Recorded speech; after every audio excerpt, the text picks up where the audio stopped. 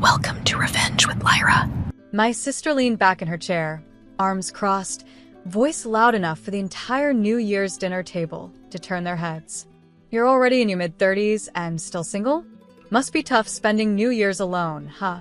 Her smirk glowed brighter than the chandelier above us. Forks paused. Eyes shifted toward me. Someone stifled a laugh. I didn't blink. I didn't shrink. I simply set my glass down, folded my napkin, and looked straight at her. You don't have to worry about me, I said calmly. I've been married for a long time.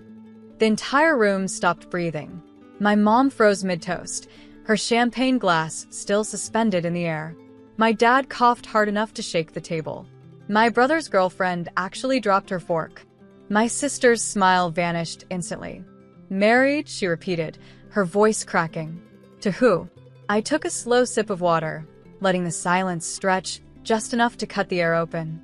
You'll meet him soon, I said softly. My sister scoffed, trying to recover her confidence. So, you just secretly got married? Right. Sure. And I'm the Queen of England. Mom leaned forward, voice trembling with irritation. Why wouldn't you tell us something like that? We're your family. I met her eyes, unbothered, steady. You never asked, I replied. Dad muttered. Well, where is this husband of yours then? I set my glass down again, slower this time. He's on his way. Around the table, chairs shifted. Faces paled. Whispers started. And then, from behind me, the front door opened. A deep voice carried through the hallway. Sorry I'm late. Every head at the table whipped toward the doorway like it had been yanked by strings. Footsteps echoed across the marble floor, slow, confident, unhurried. My sister's jaw actually dropped. My mom's hand shook so hard her drink spilled onto the tablecloth. And then he stepped into view. Tall. Sharp suit. Warm, steady eyes. The kind of man who made the air shift when he entered a room. He walked straight toward me, leaned down, and kissed the top of my head like he'd done it 1,000 times. Sorry, he murmured softly. Traffic. My sister made a squeaking noise no one had ever heard from a human before. Mom's eyes darted from him to me like she was solving a math equation she never studied for. You're married to him? He extended a polite smile. Nice to meet you all. I'm Ethan. My dad cleared his throat, confused and suddenly very polite. Oh, welcome. Please have a seat. Ethan took the chair beside me, resting his hand on mine with a familiarity that electrified the table. My sister leaned forward, eyes sharp with disbelief. How long have you two been together? Ethan didn't hesitate. 3 years. Three years, she choked. And you never told us? I shrugged. You never asked about my life, only about my flaws. My sister's face twisted. So, you just hid a whole husband from everyone? Ethan gently squeezed my hand.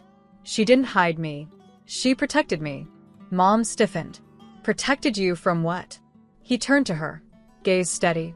From people who belittle her every chance they get. The table fell into stunned silence. And then Ethan looked at my sister. Especially you. My sister recoiled like Ethan's words physically struck her. Excuse me? She snapped, voice cracking. What exactly is that supposed to mean? Ethan didn't blink. He rested his arm on the back of my chair, relaxed, unbothered, the perfect opposite of the chaos simmering across the table. It means, he said calmly, I've heard the way you talk to her, the way you compare, mock, and undermine her. You call it jokes. I call it cruelty. My sister's cheeks flamed red. You don't even know me. Ethan raised an eyebrow. I know enough. Mom jumped in, flustered, trying to regain control of the situation. Arya, honey, why didn't you tell us he was coming? We would have prepared a place at the table. I looked at her, expression flat. You told everyone I'd be alone this year. Why would I correct you? Mom blinked rapidly. I didn't mean it like that. Then how did you mean it? Ethan asked quietly. Dad cleared his throat, discomfort leaking through every wrinkle on his forehead. Let's all calm down. We're family. No need to. Actually, Ethan cut in, voice gentle but firm.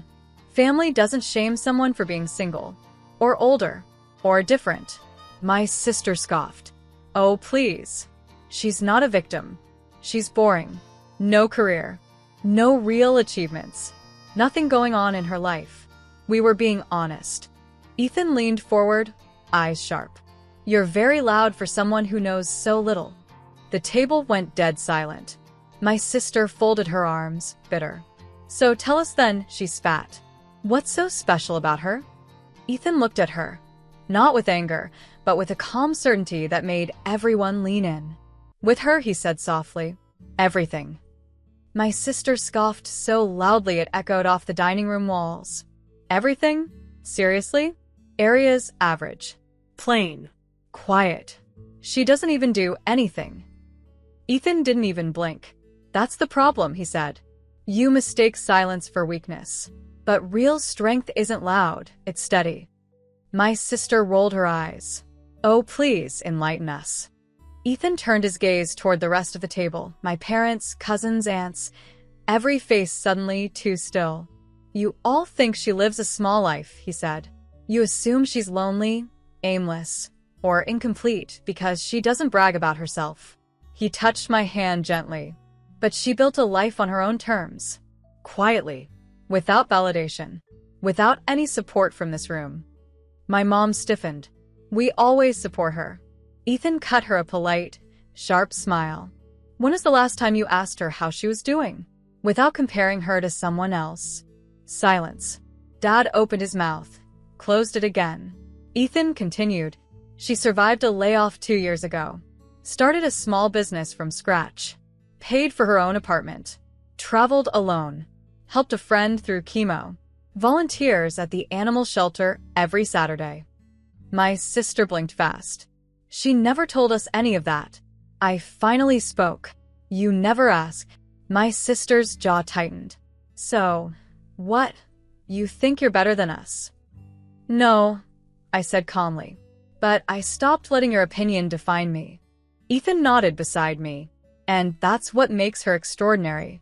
The room tensed, like everyone suddenly realized they weren't talking to the same quiet sister they mocked for years. My sister leaned back, eyes narrowing. Fine, she said coldly. If she's so perfect, where's the ring then? Ethan smiled. You'll see it. My sister leaned forward like a predator who thought she'd spotted weakness. Show us the ring then, she demanded. If you're really married, why hide it? Around the table, heads nodded, hungry for proof, for drama, for any way to corner me back into the box they'd built. Ethan didn't rush. He slid his chair back, stood up slowly, and reached into the inside pocket of his jacket. My sister smirked. Oh, this will be good. But when he pulled out a small velvet box, her smirk cracked. Mom gasped. Dad's eyebrows shot up. My aunt actually whispered, "Oh my God." Ethan opened the box, revealing a simple, elegant gold band with a small engraved inscription. My sister let out a bitter laugh. That's not a wedding ring. That's a prop. Ethan shut the box and placed it gently in front of her. Read the inscription. She rolled her eyes but picked it up. Her face strained. A+E, 2019. Forever. Ethan said softly. The ring was custom-made 4 years ago.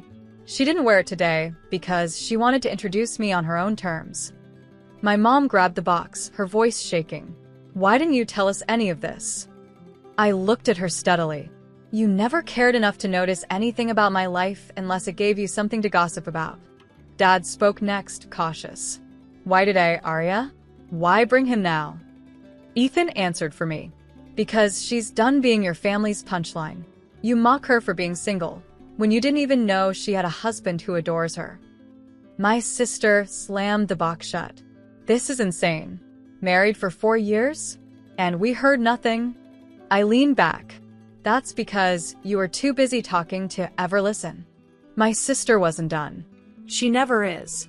She crossed her arms, narrowed her eyes, and spit out the same venom she'd used on me for years. Okay, fine.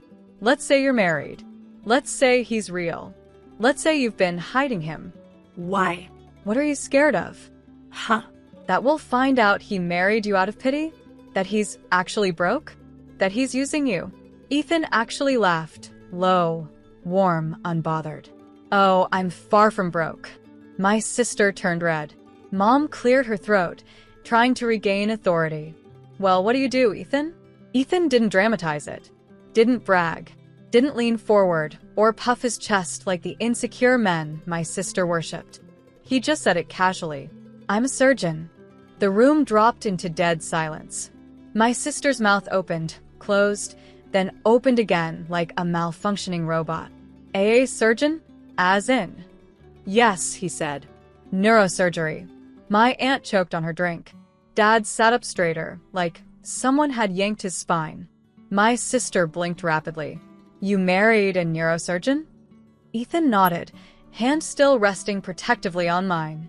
Mom, grasping for control, muttered, well, money isn't everything. Ethan smiled. I agree. That's why Arya and I didn't announce anything. We didn't want our relationship dissected, mocked, or turned into some competition, the way everything becomes in this family. My sister stiffened.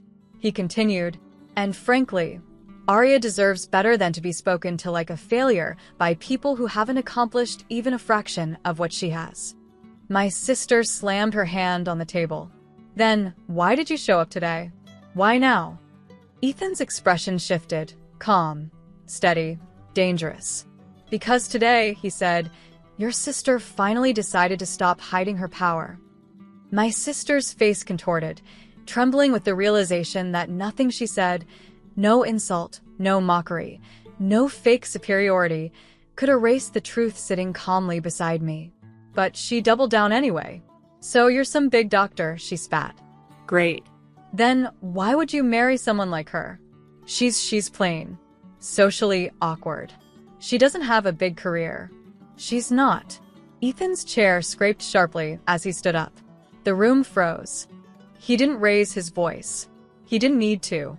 Don't finish that sentence, he said quietly. My sister swallowed hard. Ethan continued. I married her because she's brilliant, empathetic, loyal, and stronger than anyone in this family gives her credit for. I married her because when she loves with her whole soul. I married her because she built herself from the ground up without a single handout. He leaned closer, voice low and razor sharp. I married her because she isn't like you. My sister jerked as if slapped. Mom sputtered. Now wait just. But Ethan wasn't done. You know what the real reason is, he said, turning to the entire table. She never needed me. Not once. She stood on her own long before I entered the picture. I'm not her upgrade. I'm her equal. A stunned silence swept the room. Even Dad seemed hesitant to breathe. My sister's eyes filled with furious tears. So, what?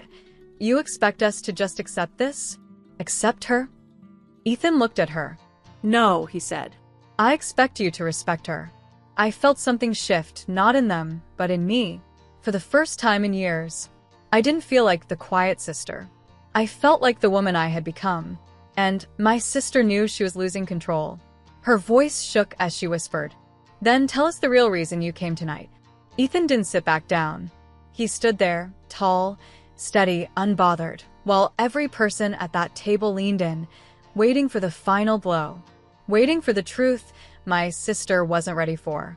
He rested one hand on my shoulder, then looked directly at her. You want the real reason I came tonight? He said quietly. It's simple. My sister swallowed, gripping the edge of the table. Ethan continued. I came because Arya asked me not to hide anymore. Her head snapped toward me. You told him to come? I nodded.